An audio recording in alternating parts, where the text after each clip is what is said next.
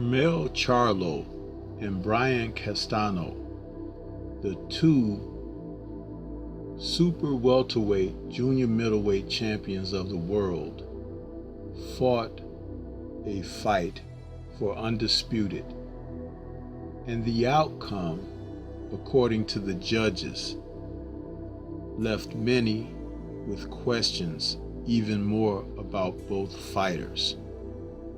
We still do not have a clear-cut winner from the super welterweight junior middleweight divisions, and we need this score to be settled. This is the type of fight that boxing fans can get behind. A rematch is definitely in order, and we would like to see it sooner than later. Let's talk about Castano Charlo 2. Charlo Castano 2.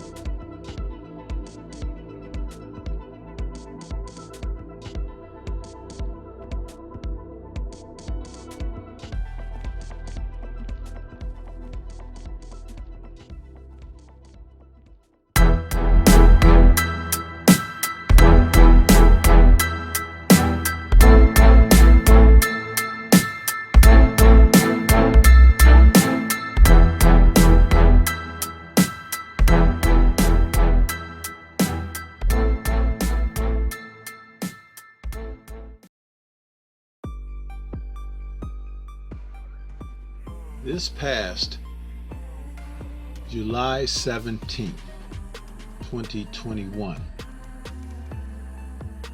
PBC put on one heck of a card when we saw a showdown for undisputed middleweight, junior middleweight supremacy between Charlo and Brian Castano. Both fighters who held championships at the super welterweight, junior middleweight divisions. A showdown for it all saw these two men come together for the first time in their careers, trying to do something that had not been done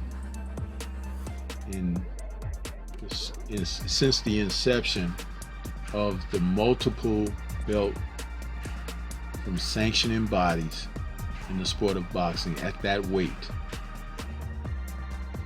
We were able to see these two combatants bring what they had on that night, as they were both tested and tried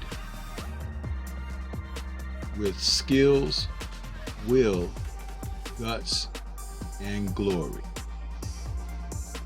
It was the judges that impacted the fight more than the fighters at the end of the day. And once again, boxing received a black eye because there was no clear-cut winner according to the judges.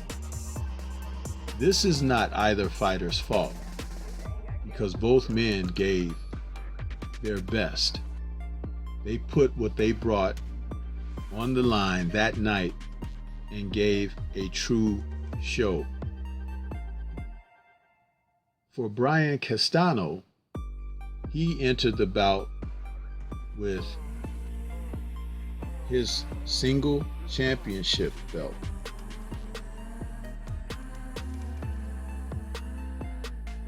He brought everything that a fighter is supposed to bring.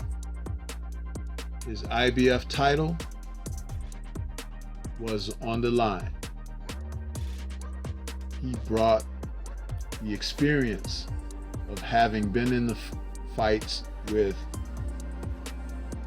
opponents such as Erisande Lara, Patrick Teixeira, and also a fighter that many people didn't think that it mattered much, but it showed at the end of the day. Emmanuel de Jesus, whom he faced in November of 2016.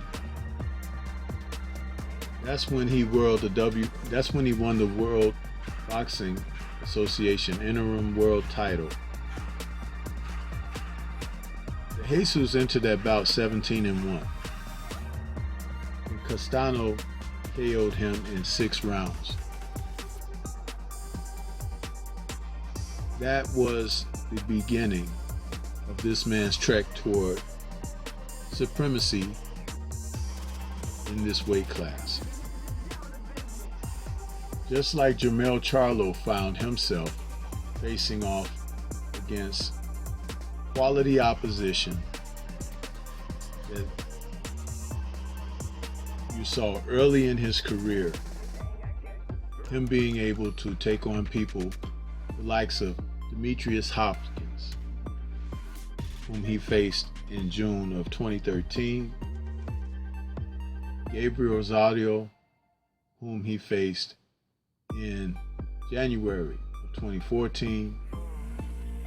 Then you saw him take on the likes of Vanes Martirosyan in March of 2015. These fighters all helped these two combatants get to a place of respectability in the sport. Though I can mention more names, it's not about those names, it's about those experiences that brought these men to where they were on this night. Jermell Charlo, who started out his career boxing and later discovered his power as he began to stop opponents more and more, beginning with Joaquim Alcine in October of 2015. He had been on a tear of stopping his opponents. Only his unanimous decision loss to Tony Harrison seemed to stop that train. This is what I have to say about Jermell Charlo. I have called him one of the most complete fighters in the sport, knowing that he is capable of stopping an opponent with every punch in the book: the jab, the right cross, the left hook, the uppercut, even a punch to the pit of the stomach. This man has shown and showcased that he can do it all. He's shown resiliency in his conditioning and a quality championship caliber chin. His ring IQ is not bad. He could improve upon it, however. It was this fight that they fought on this night that showed that Mel may want to exercise his ring IQ more than he has showcased up to this point going forward in his career. It's one thing to know that you can knock someone else out, that you can be in superb conditioning for all 12 rounds, and you can dish out the punishment. But when you're in with an opponent like Brian Castano, he is going to not only test that mettle, but he has the same mindset, the same psychology that you operate from. He's a champion. So now it becomes a war of wits where you have to outsmart, outthink, outmaneuver the opponent. And the opponent happens to be the champion as well. For Castano, going into this fight, he had something to prove. He had something to prove as far as belonging. And he did do that. He did show why he is to be respected. After being caught with a vicious left hook in the second round, nearly knocked out from the shot. Most guys may have gone down. Castano wobbled, he stepped back, He moved away till he was able to clear his bearings, and he came back in the third round and had Mel in trouble. That's the heart of a champion. That's the disposition of a champion and championship caliber spirit. That's why this fight meant so much between these two men. No one was going to go easily into that dark night, nor should they. But this is even more reason why the rematch needs to take place. With the judges not doing their job and being decisive in scoring this fight, it left loopholes and an easy opt-out to not have a undisputed champion at junior middleweight, super welterweight. But a rematch will give these men a chance to show exactly what they are and who they are. It will inspire them to come in with a different game plan and to operate under a different auspice of understanding that in order to come out on top, it's going to take more than just banging the other guy. The quick-wittedness, the boxing IQ, that's what's going to play into this. And the first guy who's able to show this in the rematch will be off and running to a head start. Personally, when it comes down to the sheer physicality of it, I believe these two are on equal terms. Now, when you talk about matching the wits and the IQ, that's where the separation will be. And seeing that they now are familiar with one another, it is he who makes the proper adjustments will be the one to have his hands raised at the end of the day. Could it be Mel Charlo, who will revisit being a boxer, a mover, a slickster with power? Will it be Castano, who will draw the ire of Mel by encouraging him to come into traps that he's set for him in the danger zone? Or will Castano look to blow him out? These are questions that need to be answered. And at super welterweight, junior middleweight, it's one of those divisions where there's so much talent. The difference between a win and a loss could be that very notion of either making that mistake or making that correct adjustment to best the other guy. The one judge who scored this fight 117 to 111 should not be allowed to judge a boxing match again. This fight was far closer than that, and Castano had his opportunities in the fight. And that judge scored the bout as if Castano hadn't done anything. This is why you see people blame judges and the overseers of boxing as being corrupt. These men combated one another. They didn't need that type of assistance. They just needed someone to call a fight down the line. If you had a close decision like Steve Weisfeld had, 114 to 113, and Tim Chatham had it 114 to 114. Listen, that's very close. Very close. But how do you have it 117 to 111, Mr. Nelson Vasquez, for Charlo, when the fight was far, far closer than that? These men deserved proper judging. Just as the sport of boxing and the boxing public and fanhood, they deserve a proper outcome in this fight.